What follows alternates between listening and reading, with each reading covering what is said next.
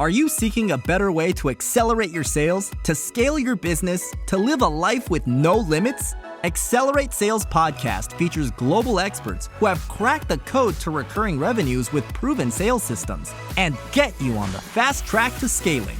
Now let's accelerate your sales with today's episode. Hi, I'm Paul Higgins, and welcome to the Accelerate Sales Podcast, episode number 457. Today, you're going to learn a lot about negotiation, but in particular, you're going to learn why win-win is a myth, right? So Mark speaks brilliantly about that. Second is how to plan and prepare. And I know that sounds obvious, but it's not always the case. The second, or the third, I should say, is the role play, right? So he's got some brilliant ways to do role plays and also talks about video as well and how video is different to in person. And the third one is how to debrief, which is essential to improve and get better. If you're a first-time listener, you love what you hear, please subscribe. It's specifically for cloud consultants, people that consult and deploy a SaaS-based platform. And if you're a regular, send me a email at paul@paulhigginsmentoring.com saying that you listen, but most importantly, either refer a guest, and it could be you, someone that you'd love to have on the show, or a topic you'd like me to cover in the solos. And there'll be a summary, and Mark gives some great assets in this. So there'll be a summary in the app. You can find all that at paulhigginsmentoring.com/podcast. Before we go into the interview with Mark, I'd like to thank our sponsors, the world's only revenue-focused community for cloud consultants. Get your questions answered by peers quickly. Less technical, more biz, and it's cloudconsultantscollective.com to join free today, and SendSpark, which is a fantastic video platform to help you personalize sales messages at scale. It makes a massive difference, and you can get 6 months free at paulhigginsmentoring.com/SendSpark. All the links will be in the show notes. Our guest today, Mark, is a serial entrepreneur and lover of marketing and thought leadership. Mark is an expert in negotiation, influence, and persuasion. He has coached executives and teams in some of the largest companies in the world, including Zendesk, Nike, Citibank, the Sasha Group, Salesforce, the US military, LinkedIn, and Humana. And Mark has been featured in Entrepreneur, Forbes, Thrive Global, Supply and Demand, Chain Executive Magazine, and he's appeared on dozens of podcasts, including Make It Happen Mondays, The Brutal Truth About Sales, and the Insider's Guide to Finance, and I'm hoping you'll add the Accelerate Sales podcast to that list. So now over to Mark Raffan from Negotiations Ninja. Fantastic to have you here, Mark. Thank you so much for having me, Paul. I appreciate it. Yeah, well, look, your experience is exhaustive that I've just read out. So I'm really happy to dive into that. But, the one that really struck me when I went to some of your websites was win-win negotiations is a myth, right? So let's tackle the elephant in the room straight away. What do you mean by the fact that it's a myth? And I thought we were all meant to get win-win. I think it's a great catchphrase, but I don't think it's a strategy. I think it's probably the biggest, most misleading thing in negotiations today, because win-win is based on both parties coming to the table in a open, transparent, collaborative, trust-based way. The reality is that's not always going to happen, right? And so if you approach a negotiation with a win-win mindset and the counterparty doesn't, you're going to get spanked in that negotiation. And that's just the reality.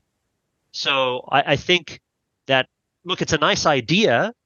It's a great concept. And sure, it's like the idealistic Valhalla-like end state where we all would love to be able to end up. But most of our negotiations, people aren't looking for win-win. They say that they are because it sounds good. Yes. But they're not really looking for win-win. They're looking for what's in it for them. And you can't really blame them for that. That's their jobs. They're trying to get the most value for them. If you get some value, that's on you. But they're not going to look out for your best interests. And so it's our job to go in with that knowledge in mind that not everyone is going to be looking out for our best interests. And so it's our job to be able to create our own value in that conversation. It's our job to be able to negotiate for that value. And it's also our job to extract that value from the negotiation. Far too many of us, especially those of us in sales, go into our negotiations always trying to meet the needs of the counterparty, which is great, but often at the cost of our own needs. And so we end up conceding far too much in the negotiation under the guise of win-win. And the counterparty walks away with a fantastic deal and good for them. And then we walk away with a suboptimal deal and we haven't really generated much value at all in the process. And when that happens, what we're doing is we're really taking orders. We're not really negotiating, right? We're not really standing up for what it is we want. We're not really managing the flow of value. We're not really building value. And so I think it's a commonly misunderstood thing in negotiation, and I'm not a fan of it. Look, there's some great ideas in it. The people that came up with it, I think, are great. I'm not going to throw shade on them at all, but the idea itself, I think, is a bit misguided. Yeah, and I know you've worked around the globe. I'm assuming this is global. Regardless of what country, this is a myth, no matter where you are.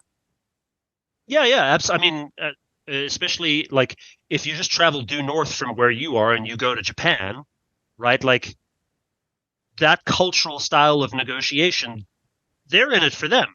They're not in it for you. Yes. Right. So they're trying to make as much money as humanly possible, and they're trying to de-risk as much as humanly possible. And by the way, good for them, right? They should do that. It's just not always going to be the case that you're going to get a rah, let's all hold hands and be collaborative style negotiation. It's just not always going to happen.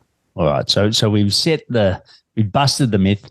We've set sort of the playing field. Now, I know you talk about, well, what's the alternative, right, to win-win? And you talk about 3 key habits that are essential to, get what's in it for you, and then the other party can, sort out their side, as you said. So take us through what these 3 habits are. I think the single biggest thing and the first habit that I want people to focus on when it comes to negotiation is to plan and prepare effectively. Most of us in sales are reacting to what someone has said instead of preparing for what we actually want to drive as value out of the negotiation.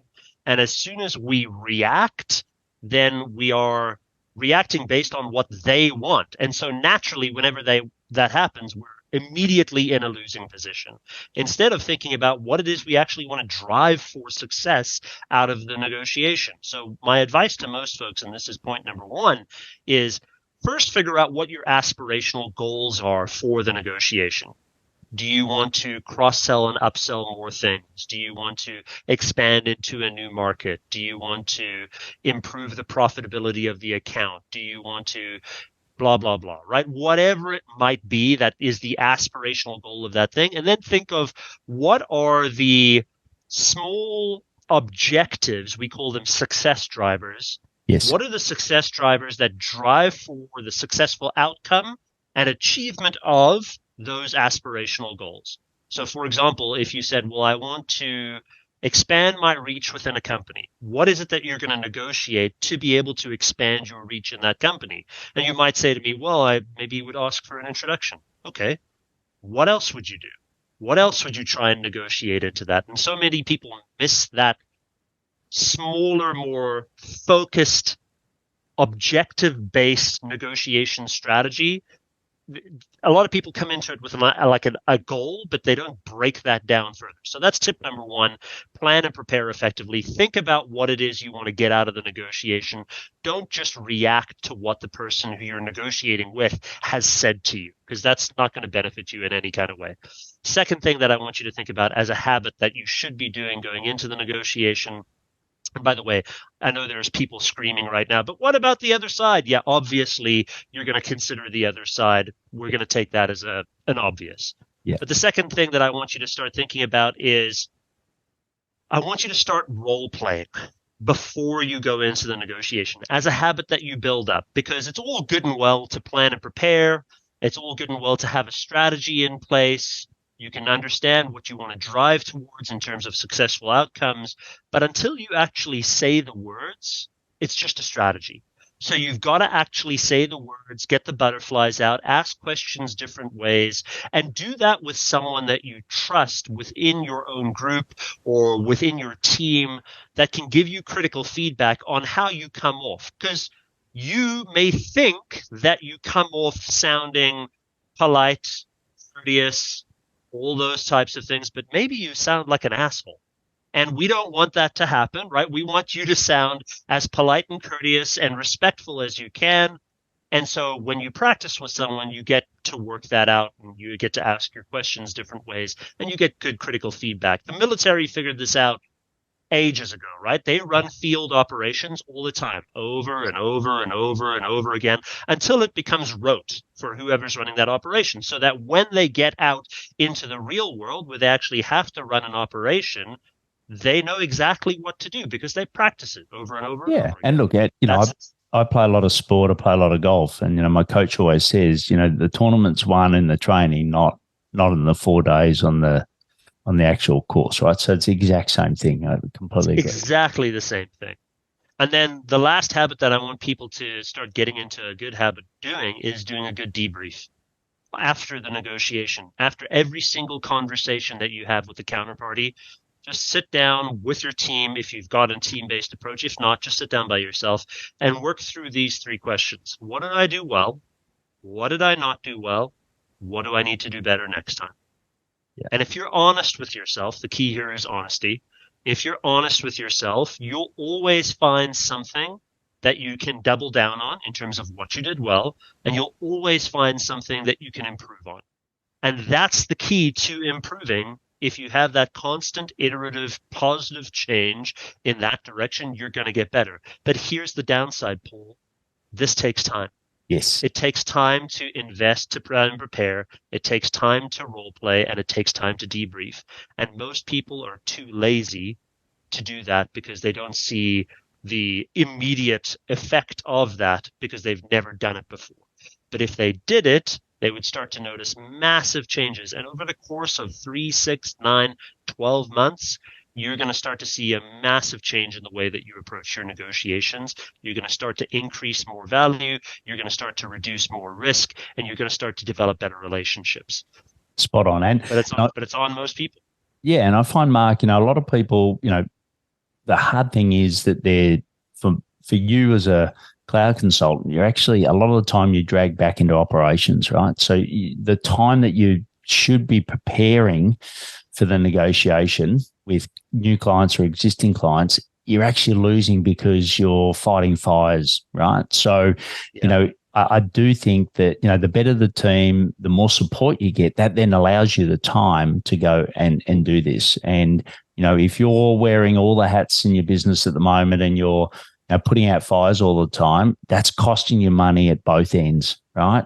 So it's really important to fix that. So, okay. So let's, we've got the plan and prepare, role play and debrief, right? 3 great habits. So let's pull apart these a little bit further. So on the plan and prepare, right? So, the first question I'll ask you is it the same if you're going into a new business versus an existing? Do the negotiation tactics, are they the same or are they different based on those scenarios? Everything stems from what it is you're trying to achieve, Yeah. right? So first start with that question. What am I actually trying to achieve in this negotiation? From that, everything else follows. So if you're going in to renew an existing deal, or if you're going into a new deal, like a net new deal, then as long as you understand what it is you're trying to achieve, your strategy is going to build from that. Yeah. So let's say it's a renewal. You want to keep out competition. Competition in your space is rapidly increasing. There's been threats of changing you as a particular vendor for this. Your strategy is going to stem from, okay, do I want to retain this business? Do I want to grow this business? Do I want to expand this business? Do I want to get rid of this business? Do I care about this business anymore? All of those questions are really, really important because if you don't answer those questions honestly first, then everything stops. So I would say that regardless of whether it's net new or whether it's a renewal, first start with that question. What do I want? Then move on to the next step. And when you what is, when you say what you want, is it, is it just financial, or are there other things like, what's in the Good bag? question. It could be a number of different things, right? It doesn't necessarily mean I just want to increase my prices, or I just want to cross-sell more products, or I just want to upsell an additional service. It could mean that I want to reduce risk within our relationship, right? Previously, I've been responsible for all of the liability associated with X part of the project. Maybe I shouldn't be taking on that level of risk, and I need to transfer some of that risk to someone else. Maybe it's to ensure that you protect your IP when you're going in there, because previously you've been letting them have all of the work product that you create as a consultant on site, and so they own that IP. Maybe you want to retain that. So it could be a number of portions of the thing that you're trying to negotiate that help you to get better deals. Most people default to financial because it's the easiest to quantify. Yes. The problem with that is if you just focus entirely on that, you're going to start to make concessions in areas where you probably shouldn't, Spot like on. risk, like IP, like all of those things. Yeah, look, I totally agree, and I think that's a brilliant point. It's one that I learned, and I know that, look, my negotiation training goes back to, I think, about 2010 when I went to INSEAD and did the negotiation course, and it changed my corporate life, and I've sort of carried it forward. And it was all about, tradables and really understanding that. And I'm sure you've heard of the case study where, someone's buying a piece of land and it ended up being that they own the land next door. So what you thought it was worth, which is market value, versus what it was worth to them, was completely different, right? So you could have got a far better price. And that's about doing your prep, doing your research and understanding it. But you had a whole list of tradables that you could trade off. Like, does that still apply in modern negotiation? Yeah, absolutely. Absolutely. Because you're going to have things, once you develop a list of success drivers, those objectives that you want to negotiate with, those become, but those aren't binary, for example, right? Yes. So it's easy to say, well, I want to get a better price. Well, okay, but how much of a better price? And then what's the range of acceptable outcomes that we have? And now that becomes a tradable item, right? So you maybe are willing to concede on price if you get better payment terms, for example. Yes. And now we're starting to manage our bargaining and our bartering within the negotiation. Yes. Yeah. I think that's, and, we sort of always was taught about, what's your walk away position, right? So know your walk away position and then come back from that on all the tradables. And I think people don't, they don't have that. And that's, like you said, then that turns into a win-lose for you, because you're trying to get win-win, and all of a sudden you've lost all your positioning in the negotiation. So you're planning for financials, non-financials, and how do you find out the information about the other party? Like you said, you've got to understand what you want, but you also got to understand what they want. So, I might be a Salesforce consultant. I'm going into a medium-sized business. Now, what are some of the better ways to find out information about them? Before you have a conversation with someone, I always like to make some educated guesses about what they may want. Now, this may differ from what a lot of people would say, because a lot of people would say, well, just go into the negotiation and ask them. And that's a good idea. And I also think that you need to start thinking about what they could want, so that you are at least prepared to have that conversation should that come up in that first discussion. Because if you're not prepared to have that conversation, you're going to look like a bit of an idiot. You haven't done thinking about what the counterparty might want, and you're not really ready to have that. It just takes longer. It's a waste of time. So first, think about what they could want. Now, that is a guess, right? Yes. So with any guesses or assumptions that we make, we always have to vet or determine whether our assumptions or guesses are correct. Then go into the negotiation and ask them, right? Like, what do you want to achieve from this? What does success look like for you? If you were going to paint the picture of a perfect relationship between us, what would that look like? Those kinds of good qualifying and information gathering questions are going to really change the way that someone views you, because you're really starting to think about things from their perspective now. write those things down, by the way. Don't just think you're going to keep it in your head, because you're going to lose track of it.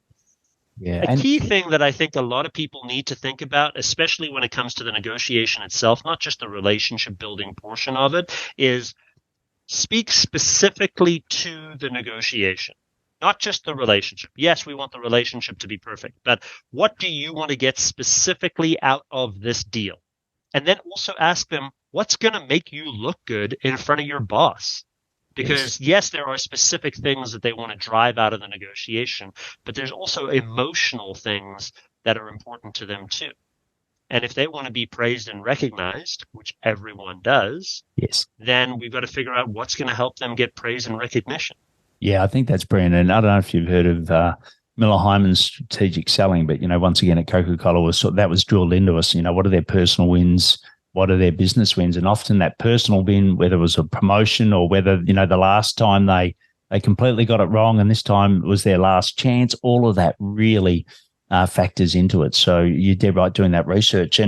And I've heard recently where, people are saying sometimes those assumptions you actually put on the table and then people like to correct you, right? Like, so if you say it's this and does that strategy, what's your view on that strategy?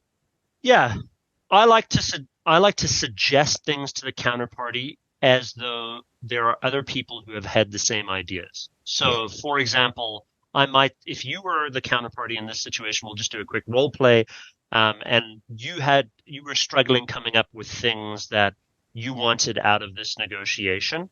I might say, look, other people like you that we've spoken to in the past have wanted X, Y, or Z.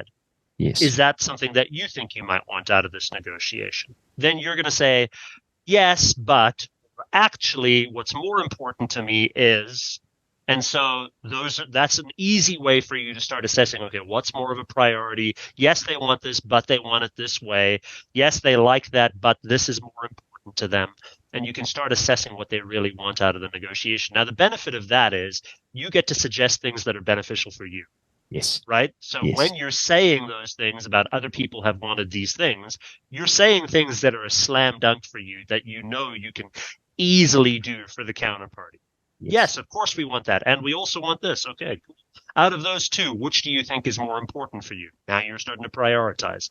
It's easier to do once you've had practice role-playing it. That's why role-playing is so important. Great. And just we'll get on the role-playing one sec. And just on doing that preparation, what about personalities? Because I know once again at Coca-Cola, we did a lot of work on identifying whether it was using a disc profile or, some form of personality profiling and trying to make sure that our negotiation style matched the person. Is that still relevant today? Like I'm talking, 11 years ago now is my information. I think so. I think everyone approaches negotiations with their own communication profile and with their own communication style. Yes. But I don't want you to get stuck in your own communication style, if that makes sense. Yes, the counterparty is going to have a certain way that they generally do things, and we can largely assume that most of the counterparties that we speak to haven't taken probably very good negotiation training or any negotiation training at all. And so we know that they're going to approach the negotiation in the personality that they're most comfortable with or the communication profile they're most comfortable with. But do not let that get you to fall into the trap that you have to approach the negotiation in your own communication profile. You should be adaptable. Yes. Your job is to be adaptable to the situation. Your job is to be adaptable to how that person is speaking to you and to match a communication profile that would best speak to that person. Yeah, I think it's so I'm very cautious about saying to you, okay, this is your communication profile, therefore you should negotiate with this way. I think that's bad advice. Spot on. I think it's know your communication profile, but be adaptable to others. Spot on. And I think, often, if you're dealing with people in IT as a general rule and you're dealing with males, they tend to be in a disc profile. I won't go into the whole thing, but they're normally more direct. They want the facts. I don't want to have, nice relationship-based conversations, right? So if your style is like my style is more relationship-based, I need to then adapt my style to know that I've got to be short, punchy, etc. Because the way that you communicate is going to potentially stop you from getting that information that you talked about, which is the research. All right, now to the role plays, right? So what are some of the best techniques to role play? Is it great to, film yourself on video or, tell us a little bit about how, you're listening to Mark here, you're a cloud consultant and you're thinking, God, role plays terrify me. Like I couldn't think of anything worse than doing a role play. What are some ways to overcome that? I think it makes sense that it terrifies you. I mean, if you're listening to this right now and you're thinking, God, this sounds terrible, that's a very normal, natural response. Yeah. Most people don't like public speaking in general, and most people don't like critique of the way that they do something that they think they're good at. Yes. And so when you role play, you're dealing with both of those fears. So I think, in my opinion, it's never been a better time to get better at negotiation because we have technology working in our favor. So a lot of teams, especially in the cloud and the soft SaaS world, are still distributed, right? Mostly remote. Yeah. And so you have the benefit of having Zoom or Teams or whatever you use to be able to practice your role playing without actually sitting across the table from someone. And you have the ability to record it on an ongoing basis. So get the other party on camera that you're practicing with, a friend or a colleague in your organization or a leader, whomever you designate to be able to help you. Make sure that they fully understand their role in the role play. Make sure that they know that what your role is in the role play, and then designate an activity that you're going to put together. So, for example, today our discussion is going to be about price, or today our discussion is going to be about terms, or whatever it might be. And then make sure you set that agenda and practice that part of it. Don't try and swallow the ocean, right? Yeah. That's going to be way too much to do an entire negotiation in one role play setting. Just find the thing that you want to practice the most, work that in, and then work the next time. It'll take you about a half an hour to an hour to be able to do that. And then watch your own video. Listen to how you sound. Listen to how you talk. Watch the body language movements that you have, the hand gestures, the eyebrow raises. And what you'll find is that when you get difficult questions from the counterparty and you're looking at your own response, you'll find that you're probably letting off information that you don't want the counterparty to let off. There have been many circumstances where I've watched video from some of our trainers and our training partners where someone asks a question and they kind of roll their eyes or they raise their eyebrows. Yes. They look like they're defeated. Those kinds of things pop up and you're like, okay, we need to adjust that behavior and we need to fix that within ourselves. Now, is it comfortable? No. Is it good for your ego? No. But as long as you're willing to put both of those things aside and integrate that feedback and integrate that video feedback as well, you're going to get much better at your negotiations. Yeah, and just quickly on the video component of it, right? I'm assuming more and more negotiations are now done by video versus in person, right? COVID, more, the savings of COVID companies aren't going to give those back, right? So you're not going to be flying around the world all the time. So, and the great thing is you can have more negotiations so you're not wasting time traveling. So are there any particular tips for video or Zoom negotiations versus in person? Yeah, absolutely. And a really good question. People are under the false belief and sometimes the misguided assumption that just because there is a screen in front of me, that somehow that hides me from the judgment of others. It doesn't. In fact, it magnifies it. And so we need to be very aware that we are on camera all the time. So I'll give you some hardware tips. We'll get into some management tips after that. First hardware tip. Make sure that your audio and your mic is good, right? So you can hear them clearly and make sure they can hear you clearly. If you don't know what mic or headset to buy, go speak to the local gamer kid in your family. Maybe it's a nephew or something like that, or a niece that you can speak to and say, okay, what do you use for video game streaming?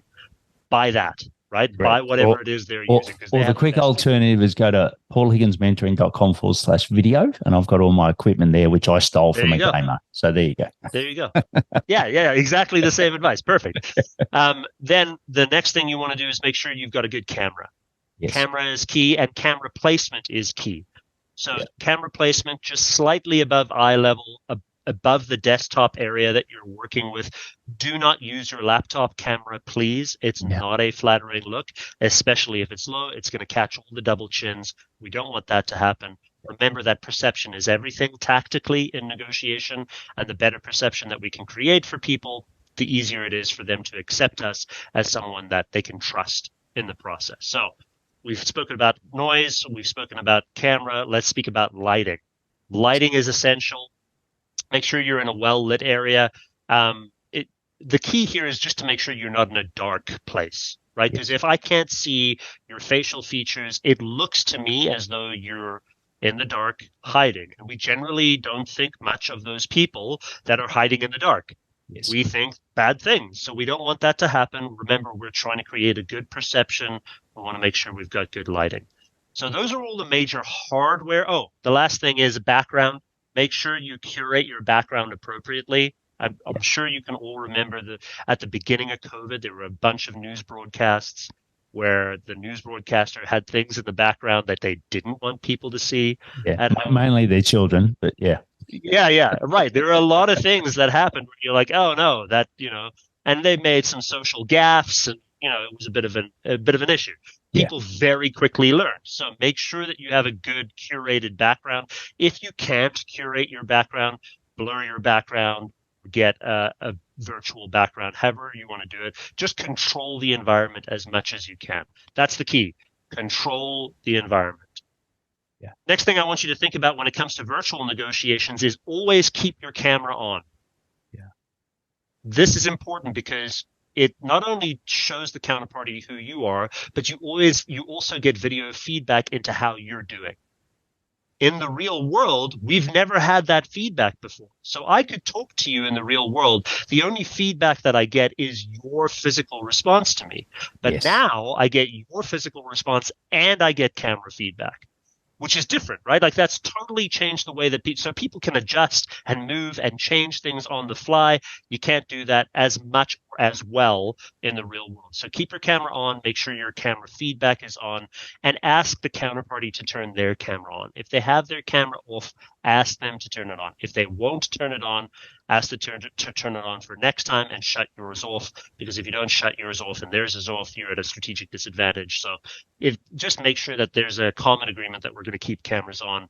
And you can say, look, call us old fashioned. We want to develop a personal relationship, make sure there's a face on the other side, et cetera, however you want to handle that conversation. Yeah, well, I must admit, at the start of COVID, it was like, or before COVID, I used to have to ask people to put their cameras on. Now, everyone just comes into a meeting. Yeah, it's become so much more acceptable and easier, I think. And cameras have just become, a part of our life, and 100% agree. So we'll have in the show notes, we'll have paulhigginsmentoring.com/video for the equipment and Mark's tips. And we're listening to Mark Raffan, and he's from negotiations.ninja. And we've covered 3 habits, right? So we've covered plan and prepare, role play, and debrief. So just on the debrief, right? So I loved back in, I don't know, I'll call it 20 years ago, we went to we had top pilots come in, and they talked about a no rank debrief. So after every mission, they did a no rank debrief, right? So something that's always stuck with me. So I do a similar thing to what you do for every major project, every major thing that I do. But some nuances, right? So what's because people go, debrief, and it sort of just turns into a love fest and nothing really happens, right? So how do you have the debrief so it actually really does create learning and not just a good feeling? I think for every debrief, you've got to have someone facilitating. If you're doing it as a team, you've got to have someone facilitating that debrief, which is going to help people get their ideas out, and it's also going to force people to share their ideas. And I also think there needs to be expectations shared at the beginning of the debrief to be able to say, look, no one's get in trouble for anything that they've said here.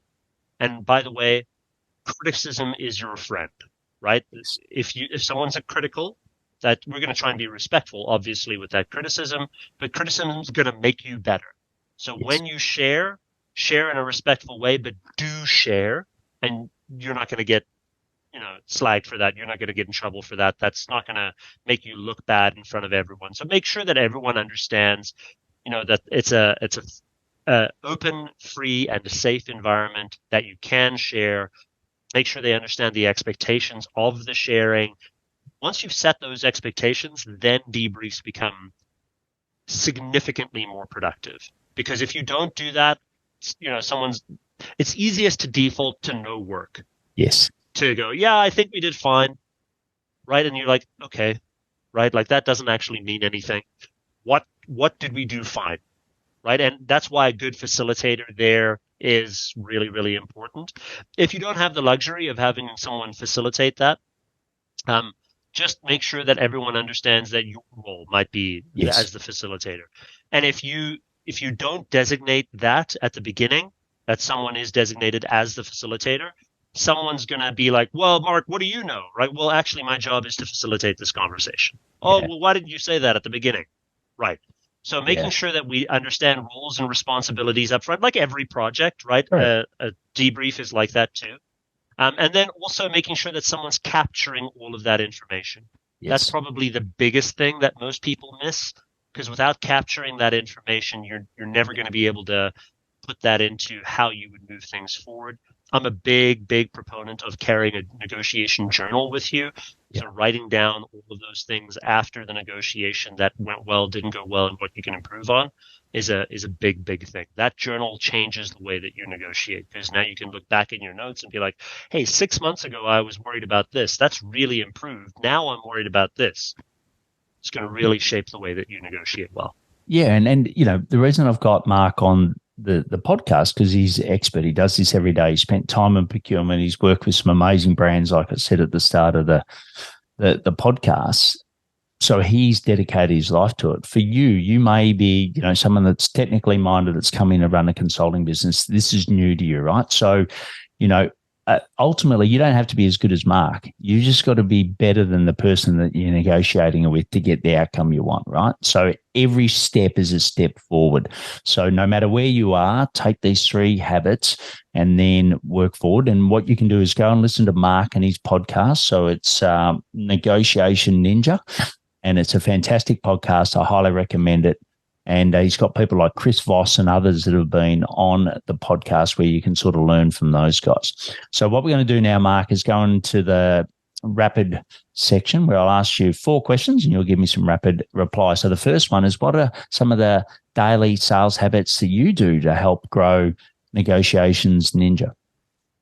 Always ask for referrals. That's the single biggest thing that generated sales in my business.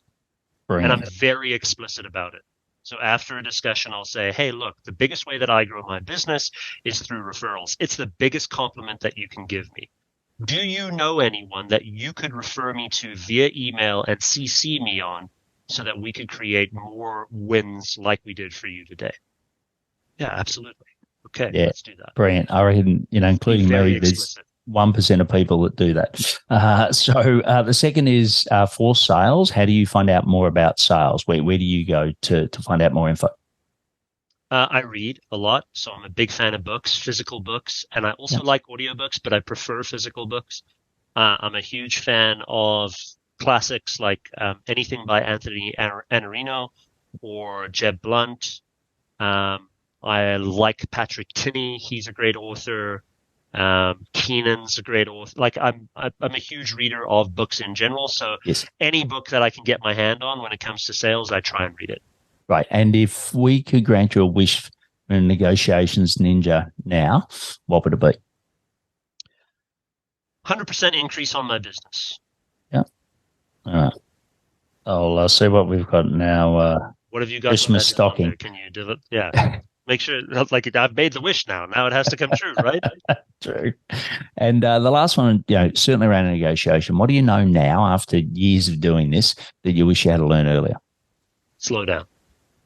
That's the single biggest thing I should have learned at the beginning of my career with negotiations. slow down. You're in such a rush to close because you have revenue and commission associated with it, which is great, but it's not going to create a good quality deal. Yeah, brilliant. All right, well, it's been amazing having you on, Mark. Like I said, the podcast, everything will be in the show notes. I'll do a little outro at the end of this so you'll capture my best practice learnings out of this. And it's been an absolute pleasure having you on, Mark. Thank you so much for having me, Paul. I really appreciate it. That was a great interview with Mark. And, it's so important. And as I asked the question, it applies to new business as much as existing. And I know a lot of us, meaning you are focusing on new business. So there's these tactics that you can implement. And why don't you share what you learned with Mark on LinkedIn? He's on LinkedIn. He's got a great profile. He's got 20,000 followers. So they'll get to see what you post as well. All the links are in the show notes. As I said, just go to paulhigginsmentoring.com/podcast. It's episode 457.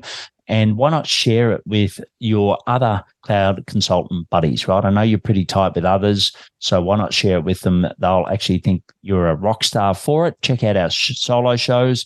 And if you are scaling your cloud consulting business and want a blueprint, so a guide as to the key components that you need to make it easier, go to paulhigginsmentoring.com/blueprint and get your free copy today. And as always, please take action to accelerate your sales.